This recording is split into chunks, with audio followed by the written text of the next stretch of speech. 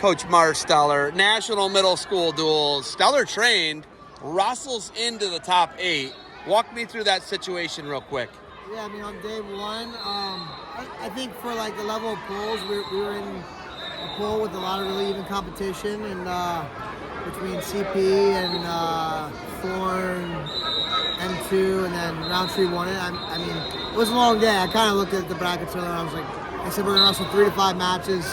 I had a good feeling we were gonna wrestle 5, and they did. They ended up going 4-1 yesterday, finding their way into the goal pool.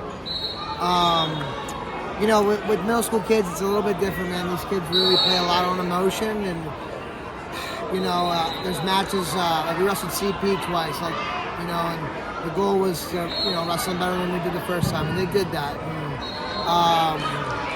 but you know, you don't really know as much what you're gonna get with younger middle school kids as what you do with your high school group or what you do with your college kids. But you know, I think.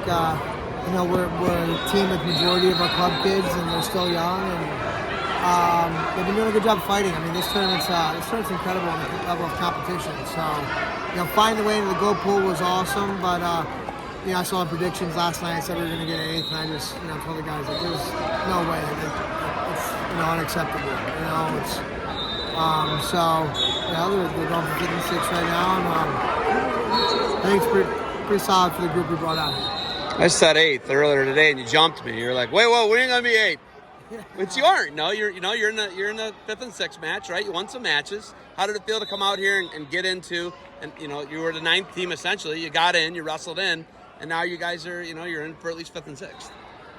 Yeah, I mean, like finding ways to win for our young guys is still an important thing. You know, our club motto is winners win, and they're still figuring out what that means. You know, winners win's a lifestyle and an attitude of find ways to get the job done in all things life, right? You know, we're finding those ways. They're young. I don't get to spend as much time with them at the dual tournaments as I had the high school guys. And this year we shift focus towards the middle school guys. And I think, like, you know, we'll see steady improvements each time. Like NHSCAs, we had a lot of the same guys on the rosters, and they didn't do that high. I was displeased with NHSCAs last May. These guys have been together a little bit now. Like, they're starting to find bigger and bigger wins and close the gap on some of the better kids. And I think, you know, it's only the fall. You know, I think so by the time we get to next May or by the time we get to states, things are going to go well. The other thing, you know, these kids are huge. Like, this is a big tournament, and I won't really let my middle school kids, like, cut any weight.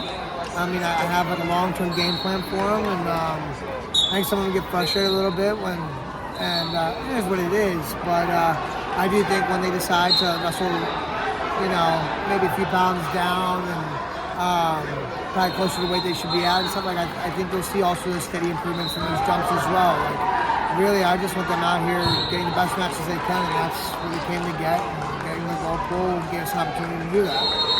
Balancing, you know, the competition life and coaching life, it's not easy. We know that you're in the world championships here recently, 79 kilos. You know, this is an Olympic year coming up, man, right? Oh, yeah. You're making a run for it, and now you're going down a weight. Going up a weight. Going down a weight would I listen. You're not look like would be much fun to go down a weight, but going up a weight, making a run at that David Taylor's weight, right? Yeah, going up to David Taylor's weight. He's a lot taller than you, a lot different. Do you feel like you can be formidable at 86 kilos? Can you make the Olympic team and be in Paris next year? I wouldn't compete if I didn't think I could do it. And that's the attitude, right? We're out here. I wouldn't bring my guys out here if I didn't think they could beat the best guys. I don't do stuff. I didn't get in wrestling to not think I could do it. So that's a pretty easy answer, man.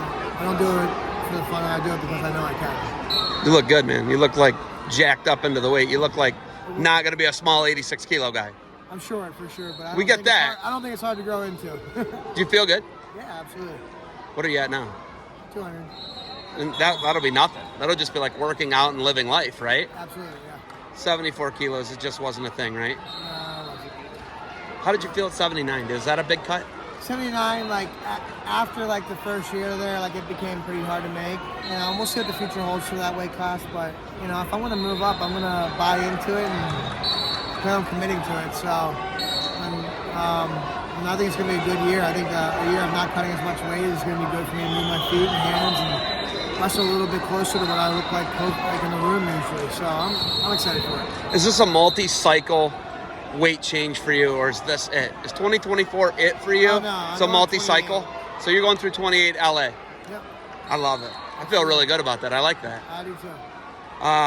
What do you do between here and there with the coaching? Do you just keep full steam ahead as a business owner, as a coach? Oh, absolutely. No, I mean, I just, this is like a lifeline for me, man. Like, I love it. Like, I can't live without it. I love these kids, and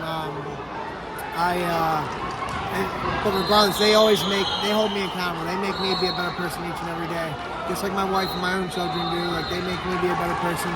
I want to be somebody they look up to, and I always want to lead by example.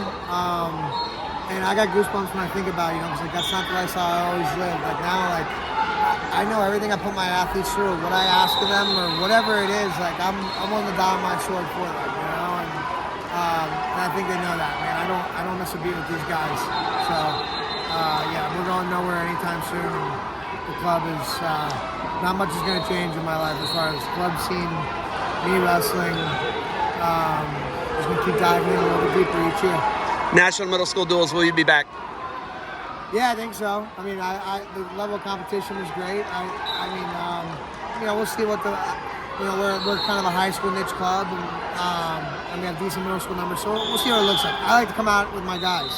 My high school guys, like when there's always put together teams. My high school crew, we can beat the put together teams, like, because we got 4 years worth of kids. Like, a little tougher to do with the middle school guys, so I don't like to feel that many weights. We had to a little bit for this, so I would like to continue to compete, and we'll be back as long as I feel the majority of the weights in my club kids. All right, there's people waiting to talk to you. I could talk to you all day, man. I got so many more questions about being a phenom and everything else in your career and where you're going to go, but do you have anything else for me? No, man. It's a good tournament, and we're going to go get fifth.